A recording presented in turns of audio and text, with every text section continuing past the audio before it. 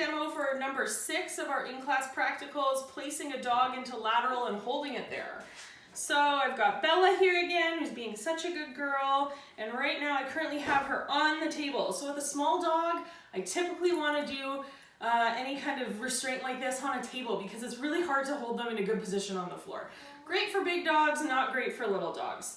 You can also see, since she's on a table, I have a hand on her at all times so that she is restrained.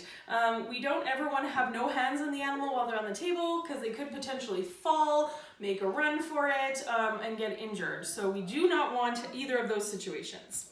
So I'm just going to turn her this way. So we're going to place her into lateral. Sometimes with little dogs like this, you can just kind of convince them to roll right over because they like belly rubs. And then, okay, there we go. We got her on her side. So then I'm going to hold these 2 bottom feet, the ones that are most in contact with the table. I'm going to hold those ones because that's taking away their leverage to be able to flip themselves and get back up. I also then have my forearm over her hip and my forearm of the other hand, hey, no, it's okay, over her neck. I'm not pushing onto her neck. I don't want to cut off her airways and not let her be able to breathe. I'm just having like some light pressure there to let her know that she can't get up. If she does struggle like that, maybe you saw I kind of moved forward a little bit. That helps to calm them down when they have that extra little bit of weight on their back. I don't want to, there you go, you see she's struggling there too. I didn't want to really keep holding onto that leg. I just kind of instead put pressure on her whole body to keep her into lateral. If you don't put your body into it, like you have a body, use it. It's whole body restraint, right? If I didn't do that and I let her just struggle, I have seen dogs dislocate hips from struggling like that. So we don't want to just struggle and keep holding onto their legs. We want to put that whole weight onto their bodies. So if she was being really, really wiggly and not staying still at all, I can get my whole body into it. If you're a female and you have breasts, use them, push those into the dog, and that can help keep them in place too. It's kind of like a third forearm. You can push right onto the dog and keep them in place. We can also do some distraction techniques when she's in this position. So let's say someone's cutting her nails. We can be like, oh, Bella, who's such a good dog? Oh, you're a good puppy. Oh, you're doing so good. So she's kind of a nervous dog. Using that happy tone of voice might encourage her to more relax. If she's really nervous or scared, we might want to use a calming voice. Oh, Bella, that's so good. You're doing so good. Oh, you're almost done. Oh, you're such a good puppy. So a more calming voice like that can really help them to relax into the procedure. So if you have a dog like this and you're doing something like a nail trim, usually they're pretty good for the back feet, but those front feet can be a bit problematic for them.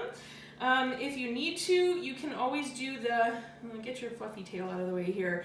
So I have one finger underneath, one finger in between, and one finger on top to kind of lock those legs in. And I can do that up here too to hold those feet in place.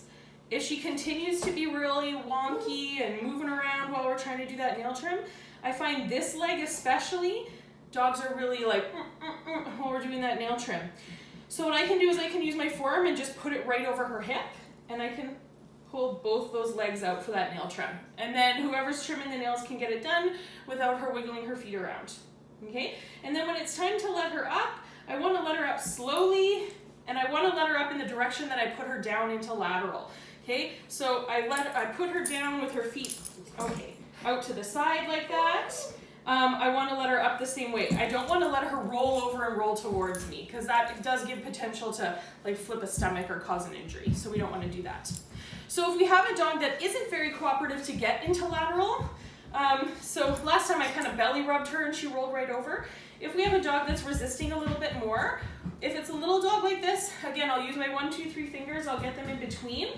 I like to get them up and nice and close beside me, and then I just sweep those bottom legs out and I flip them down. Oh, a little bite there, silly Billy.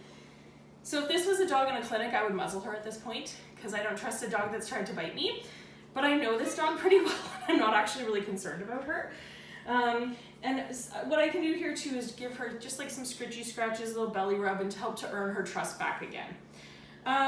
So that's one way that I can flip her over. Another way to flip her over is to go over the head to grab that foot that's closest to me, over the back to grab the foot that's closer to me. I lift her up off the table and ease her down with my body, and then she's in place there too. So it kind of depends on the personality of the dog and how well they're cooperating on how you're going to get them onto their side.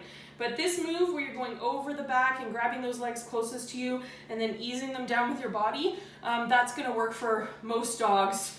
If they're not being very cooperative, that's a good way to get them into their side. Okay, and then again, we can let her up, but I keep my hands on her when I let her up. And that is how we put a dog into lateral. Thanks.